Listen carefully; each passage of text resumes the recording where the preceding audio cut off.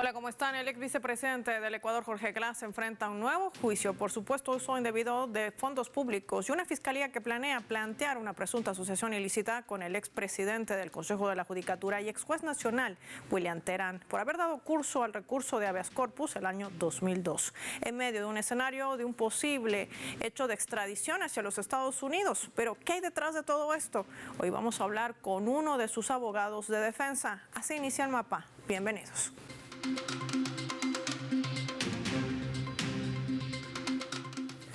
Vamos a desplegar nuestro mapa y revisar algunos datos claves para poder entender todo este panorama. Jorge Glass, víctima de lawfare en Ecuador. Vamos a identificar este país y lo hacemos con los colores de su bandera. Hablamos de Ecuador, una nación que está en América del Sur. Lo tenemos allí. Hay que decir que el ex vicepresidente, a quien vemos en nuestro mapa, Jorge Glass, estuvo como vicepresidente en el periodo 2013 y 2017 en el gobierno de Rafael Correa, reelecto durante el mandato de Lenín Moreno, puesto que fue retirado por el expresidente el año 2018 tras supuestas denuncias de corrupción. El 2017 recibía una condena de 6 años por el caso Odebrecht, una constructora brasileña, y en el 2020 una sentencia de 8 años por haber supuestamente recibido sobornos a cambio de haber autorizado obras públicas. Y para el año 2021 fue condenado a otros 8 años por el caso de Zingue. Sin embargo, la defensa de Glass sigue denunciando que se trata de una persecución política. Glass, quien fue encarcelado y liberado tras un recurso de habeas corpus el año 2022, obtenía también el estatus de asilado político en la Embajada de México, expresando al momento de ingresar a ese recinto diplomático su temor por su seguridad y su libertad personal. Sumemos más datos. Para abril del año 2024, la Policía Nacional de Ecuador asaltaba así la Embajada de México en Quito y se agredió físicamente al encargado Roberto Canseco y se secuestró al expresidente Jorge Glass, pese a tener asilo político, violando el derecho internacional y hasta el Acuerdo de Viena. Esto provocó que México rompiera relaciones diplomáticas con Ecuador. Además, el gobierno mexicano demandó a ese país ante la Corte Internacional de Justicia, una medida que fue respondida con una contradenuncia ecuatoriana ante ese mismo Tribunal de Naciones Unidas. Desde su traslado al Centro de Privación de Libertad La Roca, Glass ha enfrentado un entorno marcado por violencia extrema, falta de seguridad y negligencia estatal. Según está alegando su defensa, Glass tuvo que ser hospitalizado también por gravedad en su salud en 2024, un hecho que sigue generando preocupación. Ya para mayo de este año, 5 expresidentes, juristas, junto a líderes políticos y sociales, han solicitado a la Comisión Interamericana de Derechos Humanos que adopte medidas provisionales a favor del expresidente Jorge Glass ante el incumplimiento estatal y el agravamiento extremo de sus condiciones en la cárcel de máxima seguridad que es La Roca. Pero, ¿qué hay detrás de todo este proceso? Vamos a hablar con su abogado de defensa que hoy nos acompaña en el mapa, Aitor Martínez.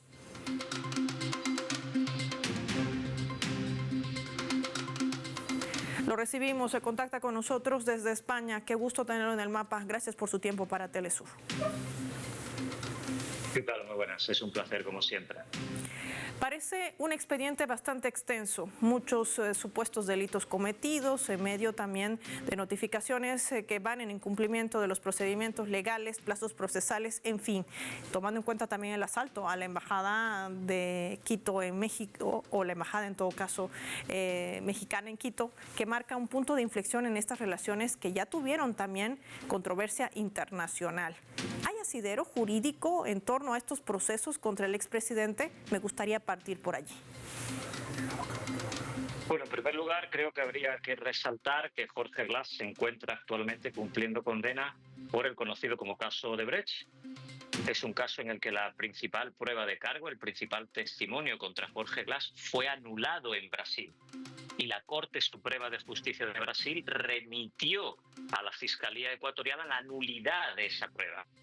Sin embargo, la Fiscalía ecuatoriana se niega a dar curso a esta nulidad para no revisar así su condena. Y la segunda condena que pesa sobre Jorge Glass es por el conocido como caso Sobornos. Es un caso que descabezó de algún momento a toda la revolución ciudadana y cuya argumentación jurídica es que tanto el ex vicepresidente Rafael Correa como el señor Jorge Glass habían irradiado influjo psíquico sobre sus funcionarios para cometer delitos. Una sentencia que, por ejemplo, Interpol se niega que una persecución política contra miembros de la Revolución Ciudadana.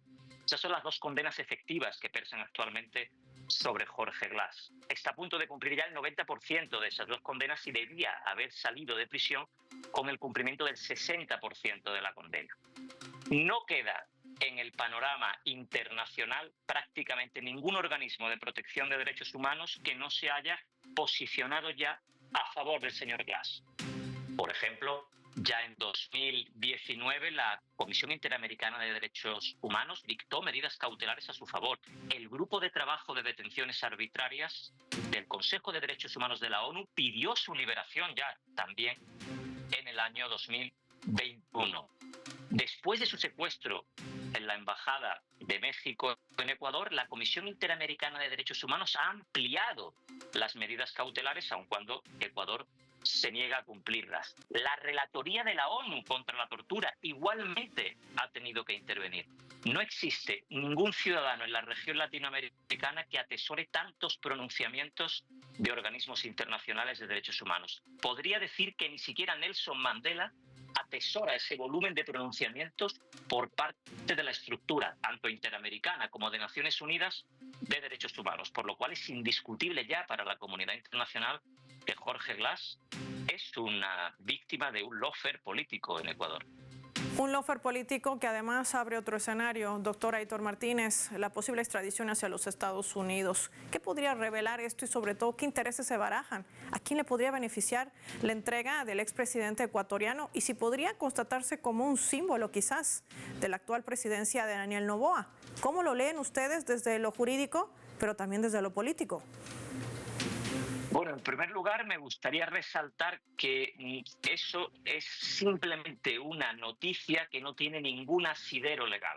Es decir, no existe ninguna causa contra Jorge Glas en ningún órgano judicial norteamericano, no se ha cursado ninguna orden de extradición desde Estados Unidos hacia Ecuador en relación a Jorge Glas, sino que forma parte de la estrategia comunicacional que existe en Ecuador, donde de manera interesada el Poder Ejecutivo ecuatoriano empieza constantemente a lanzar bulos que lo que hacen es meter más presión todavía en relación a la delicada situación en la que se encuentra Jorge Glas. No es el único de los bulos que han lanzado los medios de comunicación ecuatorianos. Por ejemplo, también han intentado vincularle nada menos que al asesinato del ex candidato a la presidencia Fernando Villavicencio, cuando Jorge Glas se encontraba ya en prisión cuando sucedió ese luctuoso hecho.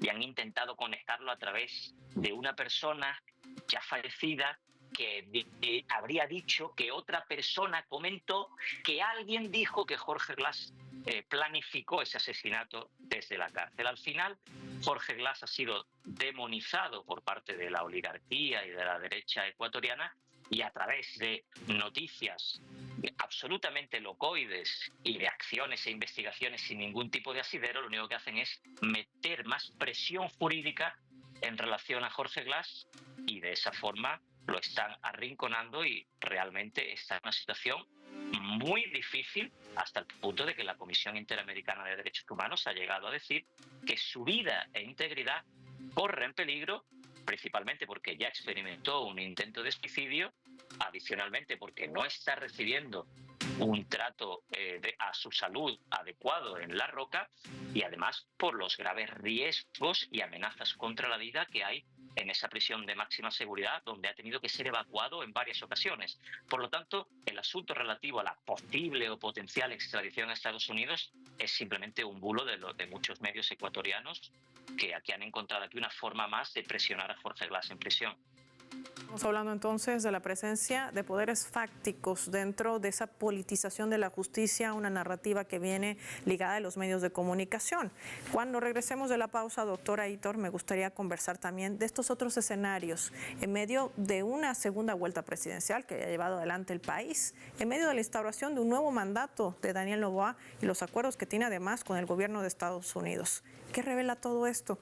Lo hablamos al regreso, no sin antes revisar nuestra escala.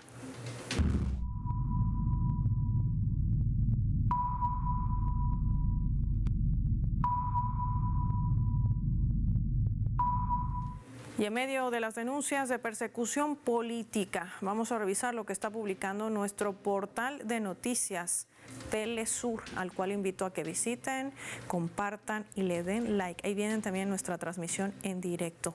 CONAIE está denunciando que peligra la soberanía ecuatoriana con las bases militares extranjeras. La Confederación de Nacionalidades Indígenas del Ecuador ha denunciado que la soberanía nacional está en riesgo tras la aprobación por parte de la Asamblea Nacional de una reforma constitucional que permitiría la instalación de bases extranjeras como parte de una estrategia de cooperación bilateral propuesta por el presidente ecuatoriano Daniel Noboa. Según la CONAIE, esta acción, que ha contado con el apoyo de 82 legisladores, mientras que 60 se opusieron y 6 se abstuvieron, representa una grave situación de retroceso para la soberanía nacional y un ataque directo contra el proyecto histórico de resistencia y dignidad de nuestros pueblos. Destacan también que esta estrategia responde a dinámicas sociopolíticas que promueven intereses externos para ejercer un dominio hegemónico sobre los recursos estratégicos del país, las rutas comerciales y la represión de las protestas sociales, comprometiendo así la estabilidad en un nivel negativo y afectando a América Latina en su conjunto. Ese es el Ecuador. Al regreso, más análisis.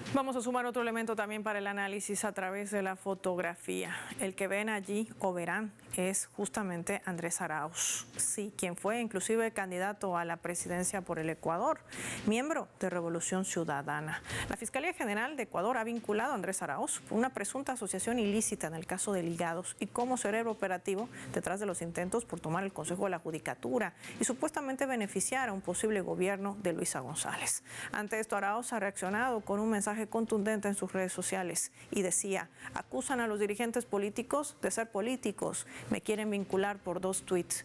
Por su parte, el expresidente Rafael Correa también arremetió contra el sistema judicial ecuatoriano y decía: como un podrido sistema de justicia pierde tiempo y recursos en persecuciones y mintiéndole al país. Este país se está cayendo en pedazos, decía el expresidente del Ecuador.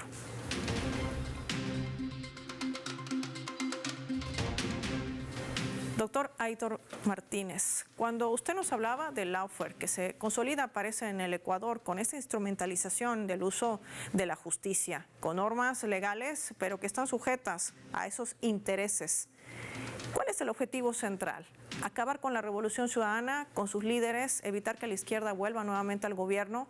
¿Qué hay detrás de toda esta manipulación de la justicia que además ha vulnerado uno de los principios, creo, constitucionales básicos de toda administración de justicia y de gobierno en el mundo, la independencia de poderes? ¿Qué decir de esto?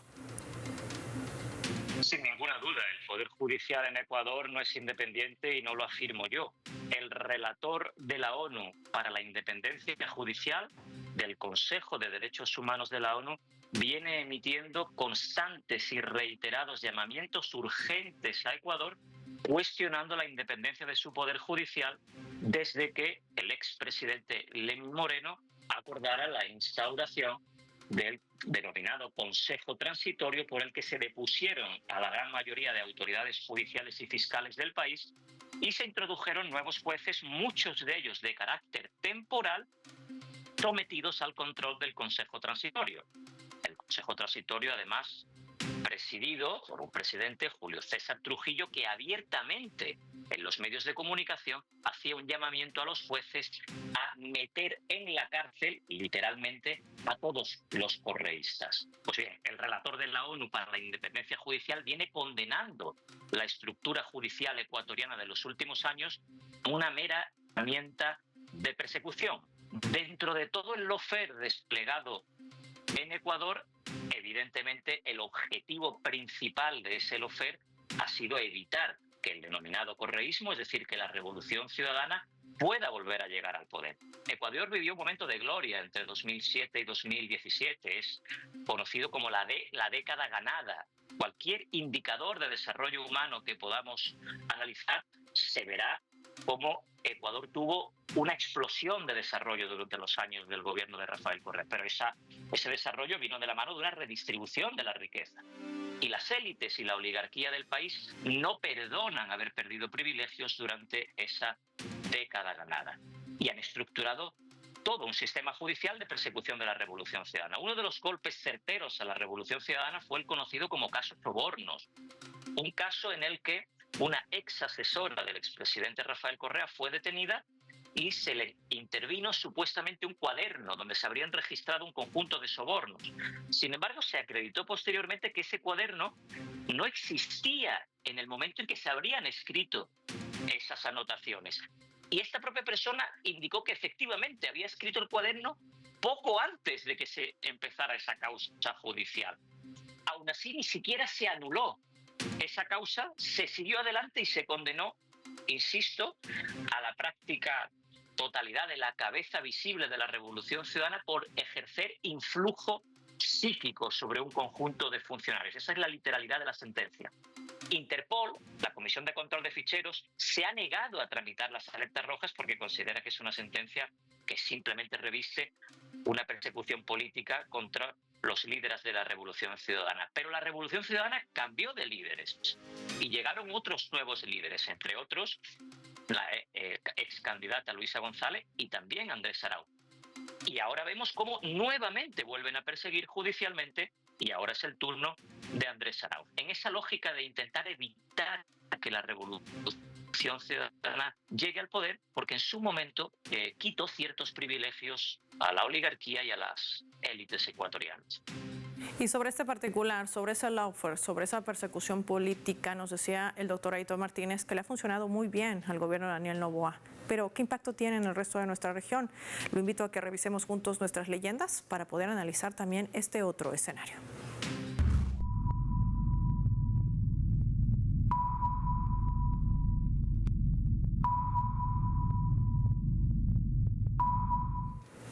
Caso de Brecht, una vez más salta, y esta vez contra el gobierno de Gustavo Petro. El presidente respondía así ante la decisión de la Fiscalía de Guatemala de detener a 2 miembros de su gabinete. Y decía, la Fiscalía de Guatemala obedece.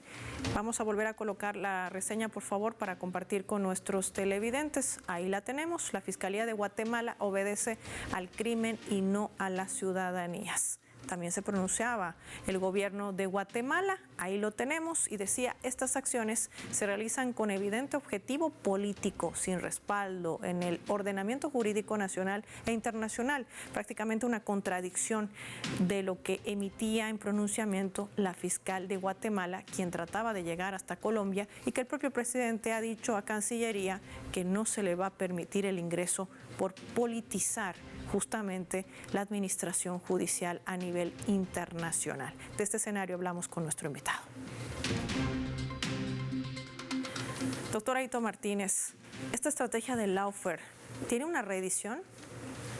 ¿A qué escenario se enfrenta sobre todo la región cuando hablamos de izquierdas, cuando hablamos de proyectos, cuando hablamos de beneficios? Porque en medio de toda esta disputa política, de esta polarización, si vale el término, está la ciudadanía, está el pueblo. Bueno, las élites de la región latinoamericana han estado acostumbradas durante todo el siglo XX a controlar el poder de manera violenta. Basta analizar las dictaduras del cono sur de América Latina, los años 70, los años 80, la Chile de Pinochet, la Argentina de Videla o la Paraguay de Stroessner, con detenciones arbitrarias, torturas sistemáticas, ejecuciones extrajudiciales e incluso desaparición forzada de personas cometida en forma sistemática.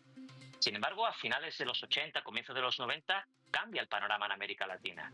Desde España se dictan órdenes internacionales de detención contra la Junta Militar Argentina, Pinochet es arrestado en Reino Unido, se establece la Corte Penal Internacional para evitar que se puedan cometer nuevamente esas atrocidades dictatoriales, y en América Latina se reconfigura la toma del poder por parte de las élites y de la derecha a través del lawfare.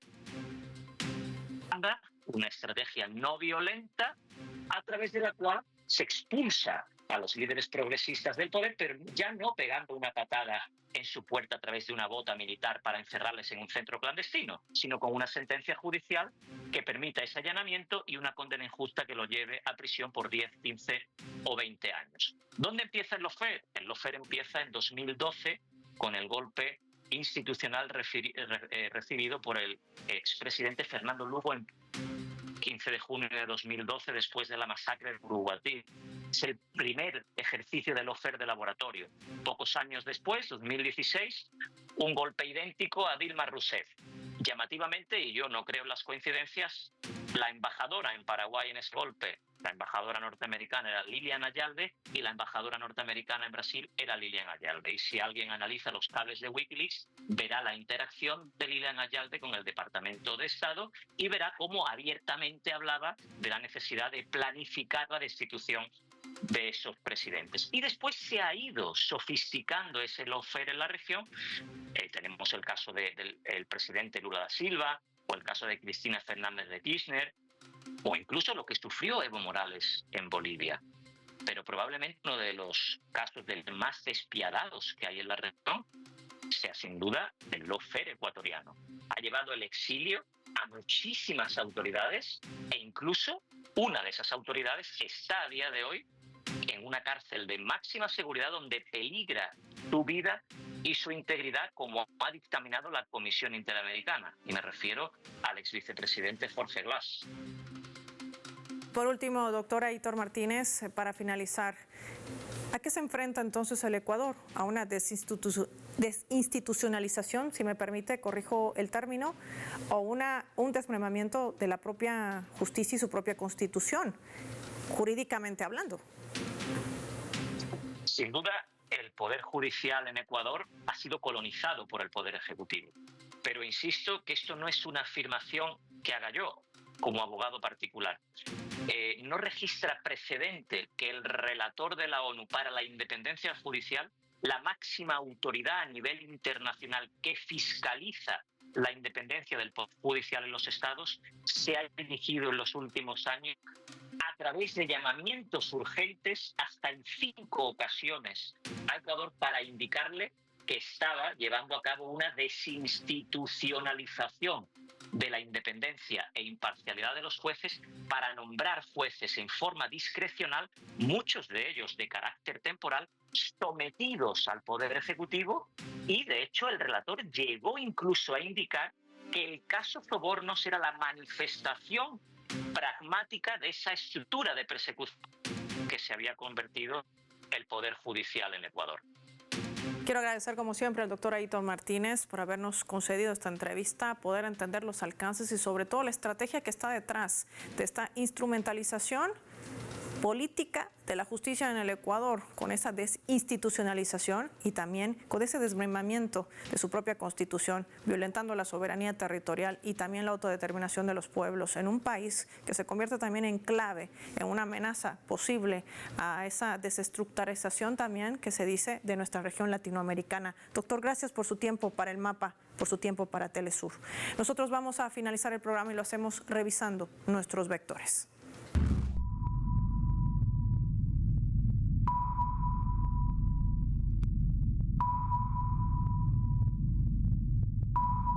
Nuestro radar en el mapa hoy nos refleja las 3 claves sobre este tema. 1. Lawfare.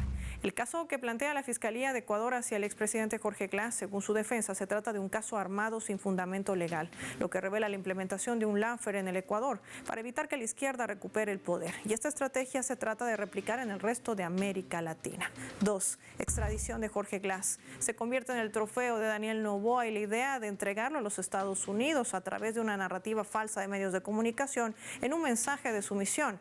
Por eso, la entrega de territorio y soberanía, como ese memorándum con Estados Unidos. Más bases militares para que exista también más narcotráfico. 3. Golpe jurídico. A esto responde esta estrategia que se traza también con el servilismo de poderes fácticos, de la mano de organizaciones internacionales que siguen trabajando en ese sentido, que han logrado politizar la justicia y tejer narrativas de la mano de medios de comunicación, sí, que responden a esos poderes fácticos y con ese servicio bajo ese mismo fin. Soy Paula Pérez y nos vemos en una próxima edición del Mapa.